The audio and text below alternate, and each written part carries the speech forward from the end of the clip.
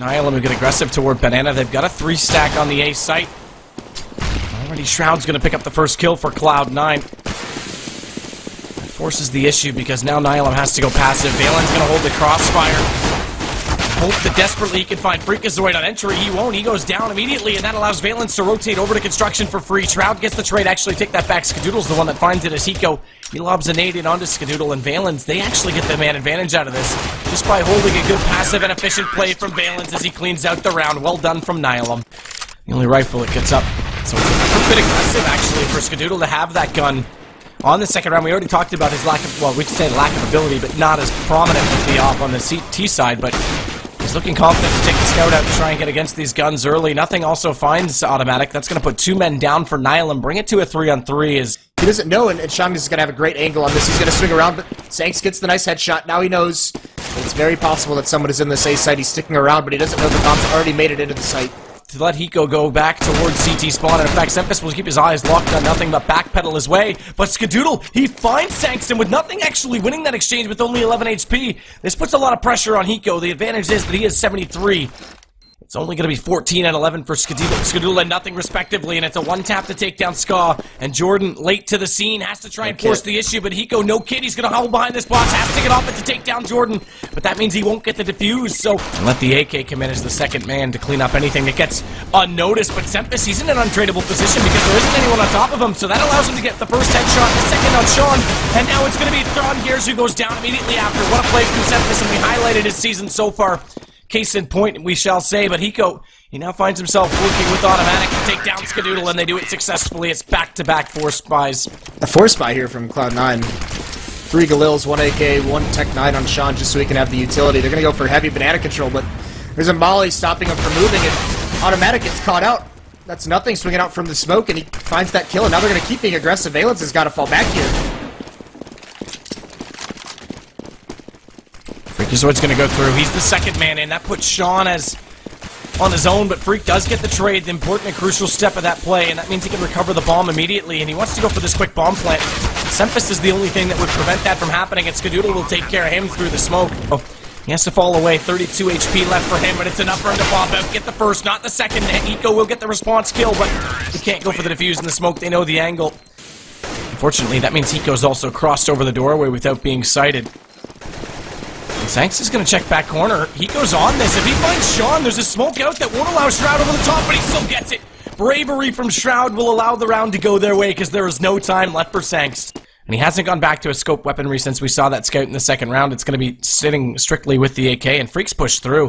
He doesn't even care to wait. He's going to play his role perfectly. The entry they brought him in to be. He's gotten around to the back of the site. He's found one that's Automatic. Unfortunately, Sempus rotates over early, but now they have that information as well, so Cloud9, they'll take the hit on A. And Sempus, realizing the situation that only one arrived on B, he's got to head back over quickly.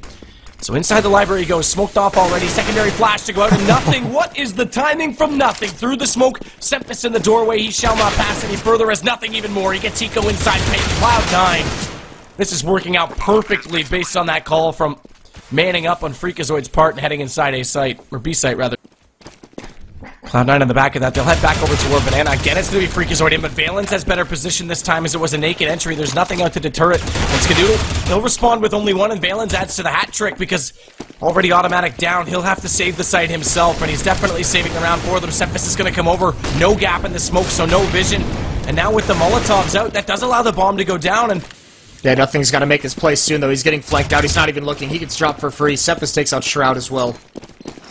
No chance to get toward that bomb. They've kept them around long enough, though, that there's certainly going to be some post-detonation deaths in this situation, and it is going to be Skadoodle. He picks up both Nihilum players, so at least he makes it worth it.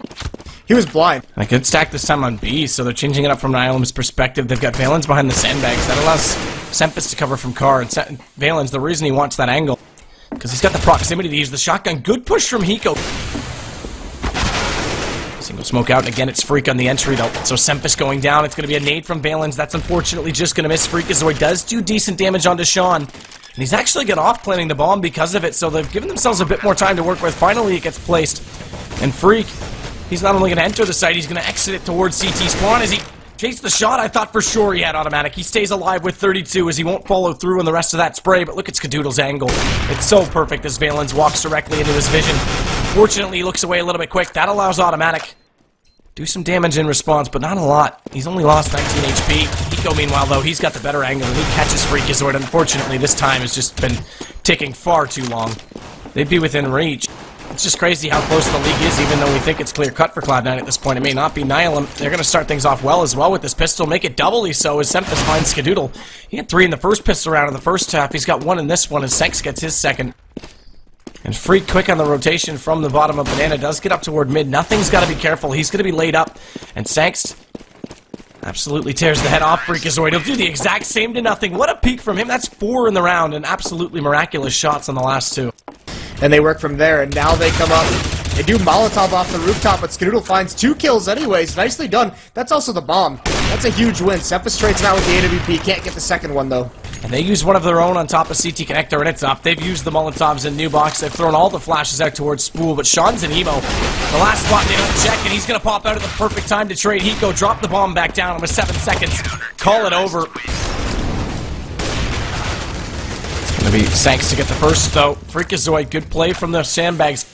Often overlooked when the first fragger's already come out, so he gets the distraction play to his advantage, and now it's up to Shroud, and they've snuck past him. They don't even look to the right, so that gives him a double before Hiko trades it, and unfortunately he's only going to get the 1 as nothing. He closes out the round, but they didn't even look at Mike when they came around the corner.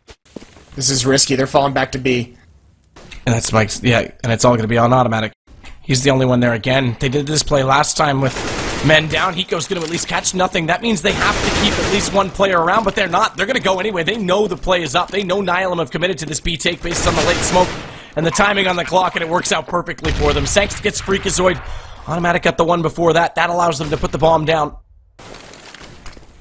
But it still doesn't mean that they can win it accordingly. Nothing gets the first, Shroud gets the second. Now they've got it rolling for them, and nothing falling inside the pit. Nice pop flash. That was brilliant from Jordan. Pops it up, bounces back, he runs forward of it, and then turns around when the player drops. That was classy stuff, and it's all Valens that's left. People always wonder, because everyone when Skadoodle hit the scene, when he started dominating with the up, everyone in the professional scene in North America thought he was a cheater, and it's shots like that that were why, but look at how aggressive this is getting from Cloud9. Push down middle, 2 players aggressive at B. Freak wins the first battle, that's crucial, and now they're getting pitched from behind. Nothing coming down, mid grabs 2. All Semphis so very quickly, 1 on 4. He does find Skadoodle, but what else can he do? Scoped in, he's actually going to take this peek against nothing. Not even going for the chance of the no-scope and nothing. He catches him in the gap between the pot and the wall. Yeah, I mean, Cloud9's done a really, really good job of that. And there's a lot of damage actually done on the Nihilum side. Sean's going to be behind this smoke. He's got to be careful. He does spot 1 jumping, but automatic wins it. He did that to Skadoodle earlier on, and now his smoke goes out. Skadoodle can't hit the no-scope. Automatic goes towards CT spawn, but Skadoodle's got a lot to do. He finds 1, nothing finds the other. And the third as well, so all of a sudden this B hit is very discombobulated and nothing is spraying Skadoodle as he comes through the smoke anyways, exiting B. Exiting B. Exiting B. Bomb down, they've got to recover this. Valens has a chance, but Skadoodle, he's holding the angle, goes for that first shot, gives it up, so now he has to play passively, but through the crack in the wall. Just barely an angle enough for a guy like Skadoodle to hold. He gets it, and Shroud's going to close it out. It's going to be 16-11. Well done indeed by Cloud9 and Nihilum. That would have been a huge win for them.